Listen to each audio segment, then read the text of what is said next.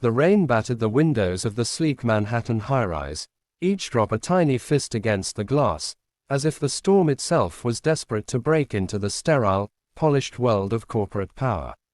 Inside, the air was thick with the scent of leather and ambition, but for Daniel Carter, a single father of two, the room felt like a battlefield.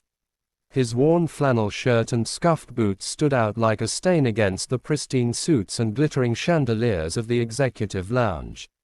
He wasn't supposed to be here, not in this elite chess tournament hosted by one of the most powerful women in the city, Eleanor Voss, CEO of Voss Enterprises.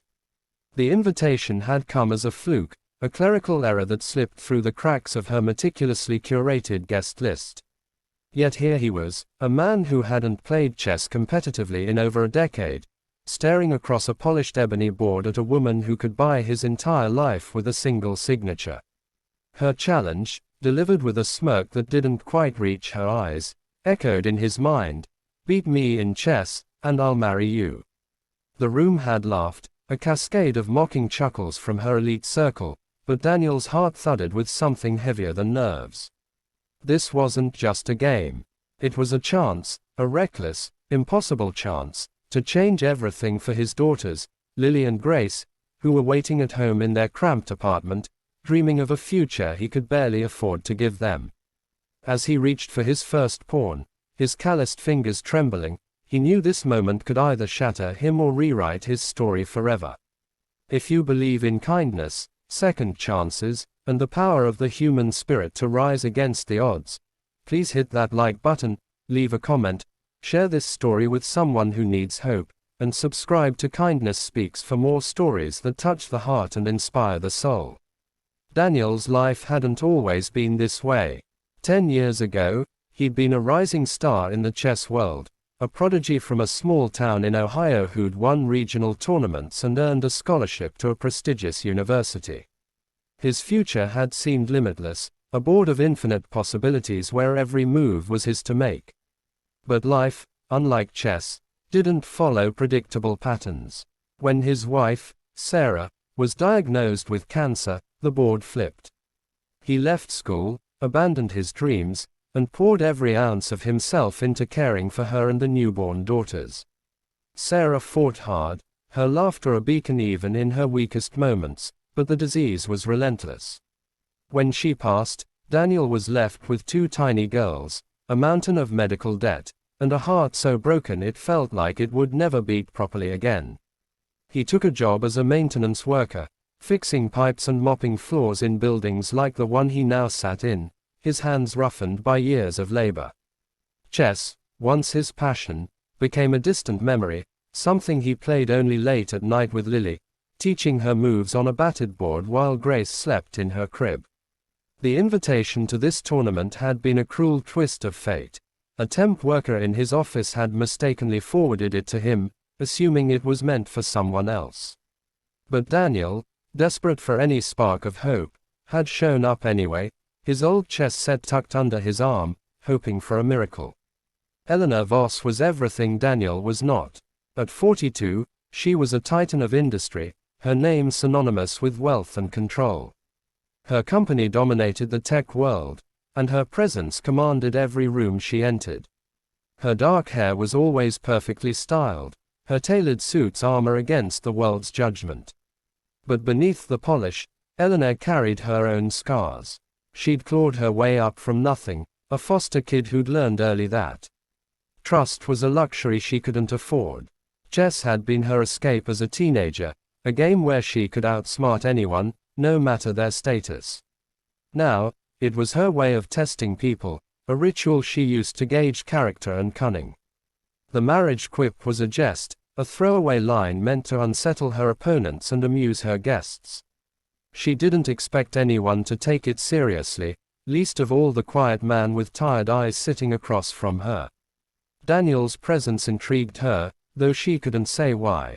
He didn't belong in her world, yet there he was, his gaze steady as he moved his pawn, his hands betraying none of the fear she sensed in him. She leaned forward, her competitive instincts flaring. This would be quick, she thought. A few moves, and he'd be out of his depth.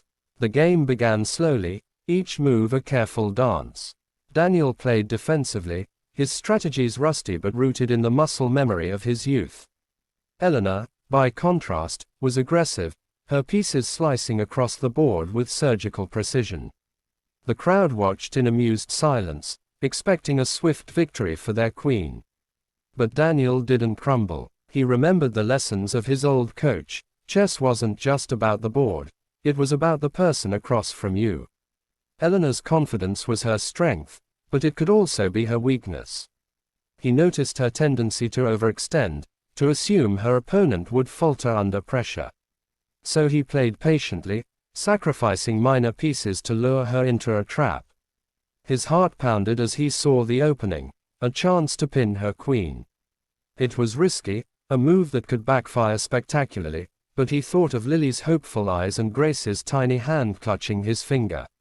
He pushed his bishop forward, his breath catching as Eleanor's smirk faltered for the first time. The room grew quieter, the air charged with something electric. Eleanor's fingers hovered over her pieces, her mind racing. She hadn't expected this, not from him. Daniel's move was bold, almost reckless, but it forced her to rethink her strategy. For the first time in years, she felt a flicker of doubt. Who was this man? She glanced at him, taking in the lines etched into his face, the weight of a life she couldn't begin to understand. He wasn't playing for glory or ego. There was something deeper driving him, something that made her own victories feel hollow. She countered his move, but her rhythm was off, her usual certainty shaken.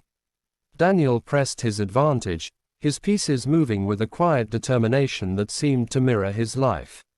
He wasn't just playing chess, he was fighting for his daughters, for a chance to give them a life where they wouldn't have to worry about eviction notices or empty refrigerators.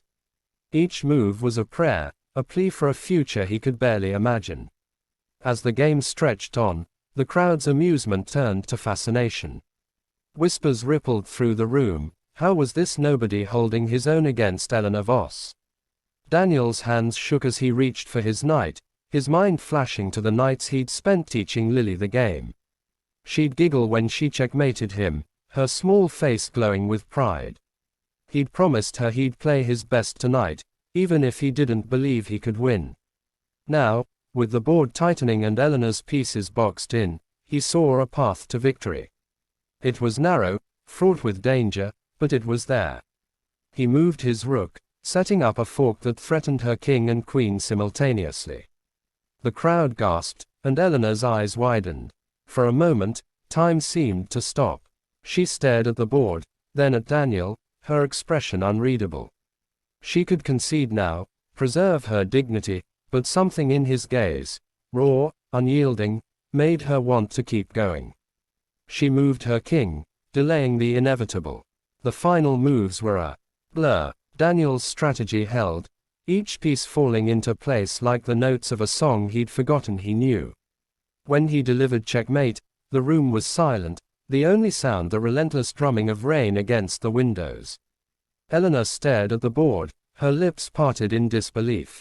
The crowd erupted in applause, not just for the game but for the sheer audacity of what they'd witnessed. Daniel leaned back, his chest heaving, his mind reeling. He'd done it. He'd beaten her. But as the reality sank in, so did the weight of her challenge. Beat me in chess, and I'll marry you. It was a joke, wasn't it? A taunt meant to humiliate. Yet when Eleanor stood, her chair scraping against the floor, she didn't look humiliated. She looked curious. She extended her hand, her voice low but clear. Well played, Mr. Carter. I'll see you tomorrow. The next day, Daniel returned to the high-rise, his stomach knotted with uncertainty. He hadn't slept, his mind replaying the game, her words, the impossible weight of what they might mean. Eleanor had asked him to meet her in her office, a request that felt more like a summons. He expected her to laugh off the challenge, to dismiss him with a check or a condescending smile. Instead, she sat across from him, her demeanor softer, almost vulnerable.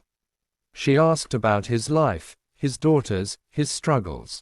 Daniel spoke haltingly at first, then with raw honesty, about Sarah's death, the debt, the way Lily's dreams of college felt like a betrayal of his own failures. Eleanor listened, her eyes betraying a flicker of something Daniel couldn't name. She told him about her own past, the foster homes, the loneliness that had driven her to build an empire. The marriage quip, she admitted, was a test, not of chess, but of courage.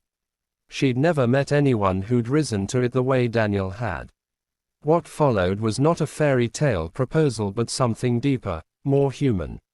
Eleanor offered Daniel a job at Voss Enterprises, not out of pity, but because she saw in him the same resilience that had carried her through her darkest days. The salary was enough to clear his debts, to give Lily and Grace a real future. But more than that, it was a partnership, a mutual respect forged in the crucible of that chess game. They didn't marry, not then, but they became something else, friends, allies, two people who'd found in each other a reflection of their own stubborn hope. Daniel's life changed, not because of a single game, but because he dared to show up, to fight, to believe that even a broken man could still make a move that mattered. As the months passed, Daniel watched his daughters bloom. Lily started a chess club at school, her laughter echoing through their new apartment. Grace, now toddling, would clap whenever Daniel set up the board.